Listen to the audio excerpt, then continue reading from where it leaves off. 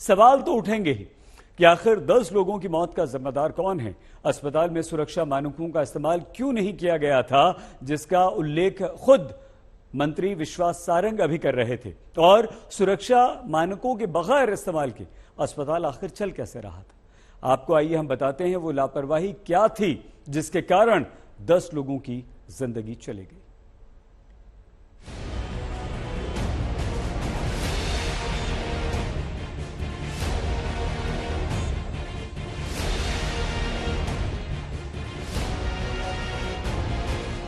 किसी के गले में धुआं ऐसा फंसा कि नीचे की सांस नीचे और ऊपर की सांस ऊपर ही थम गई।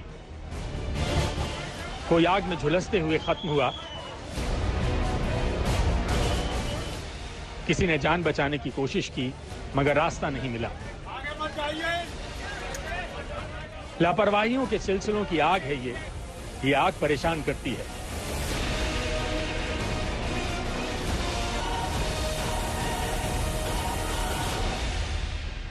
जबलपुर के अस्पताल में आग इतनी तेजी से फैली कि देखते ही देखते कई जिंदगियां इसकी चपेट में आ गईं।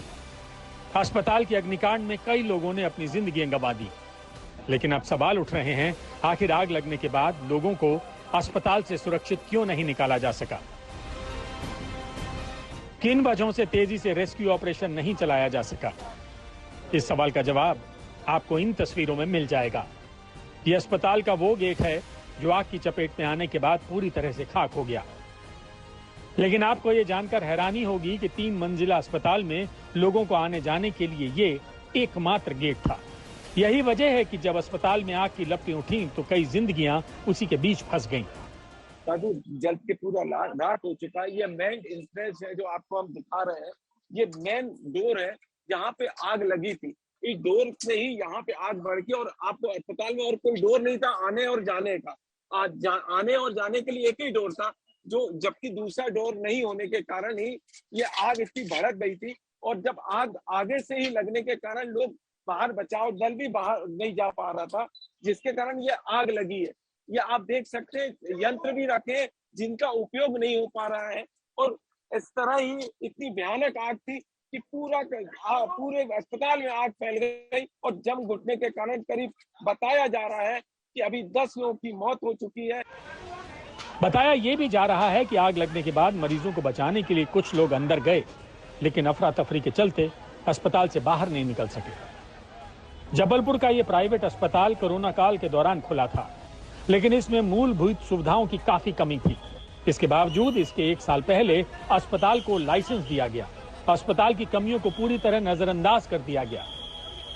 कोरोना काल में यह अस्पताल खुला था, जिसके जो फायदा लोगों ने लिया, आपदा में भी फायदा लिया लोगों ने। और ये 1 साल पहले इसको लाइसेंस मिला, ऐसा कहा जा रहा है।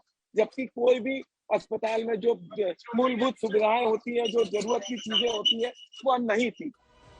यही लापरवाही शायद अस्पताल में हुए हादसे की वजह बनी और इसने कई जिंदगियां लील ली। लापरवाही की ये आग और इस आग में राख हो गए लोगों की तस्वीरें विचलित कर देने वाली हैं। मगर नियम बनाने वाले और नियमों की रखवाली करने वाले विचलित होते तो यकीन मानिए लापरवाही का ये सिलसिला थम गया होता।